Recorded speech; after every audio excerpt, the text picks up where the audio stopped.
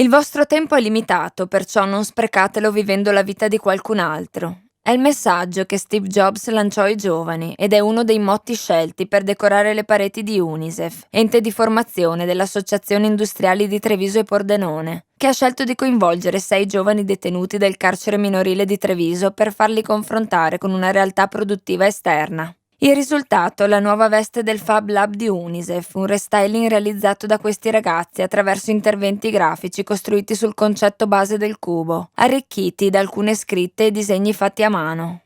Una realtà come UNICEF necessariamente deve guardare anche al contesto sociale in cui si trova e quindi è suo compito sviluppare delle attività nell'interesse della società. Ci siamo avvicinati al carcere minorile, all'istituto penale per minori, perché avevamo sviluppato dei momenti formativi per i loro giovani e quindi c'è nata l'idea di utilizzare la loro creatività per fare alcuni interventi di restyling della nostra sede, del nostro laboratorio esperienziale. La cosa è stata estremamente interessante. Da un lato abbiamo trovato dei giovani che si sono entusiasmati per fare un progetto che non era solamente un mero progetto didattico, ma era un progetto che avrebbe avuto la possibilità di concretizzarsi.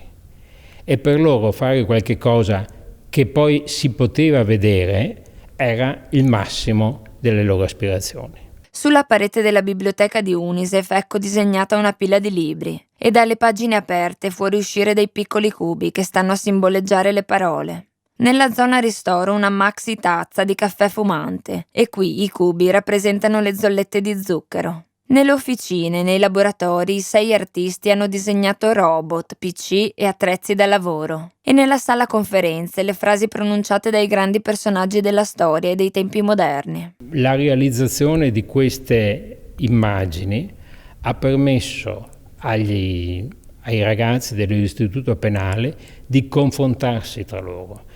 Li ha costretti a lavorare insieme. Quando siamo stati a vedere il risultato finale prima di procedere alla fissione delle immagini, la loro prima soddisfazione è stata quella di dire sì, non eravamo abituati a lavorare insieme, per fare questo sviluppo, quest'idea progetto, abbiamo dovuto lavorare insieme e per noi è stata una grande scoperta. Allora, è ovvio che sono piccoli passi in una situazione che normalmente non richiederebbe questi piccoli passi, ma in quel contesto è già un forte avanzamento e soprattutto un forte legame tra i giovani, gli insegnanti e una prospettiva valida di costruzione per il futuro. Una collaborazione tra UNICEF e il carcere minorile che non si esaurisce qui, perché l'intento è quello di avvicinare i giovani detenuti alle realtà produttive della provincia di Treviso e sviluppare progetti che abbiano una valenza sociale e culturale, che avvicini i giovani detenuti al mondo del lavoro e li aiuti di conseguenza a costruirsi un futuro.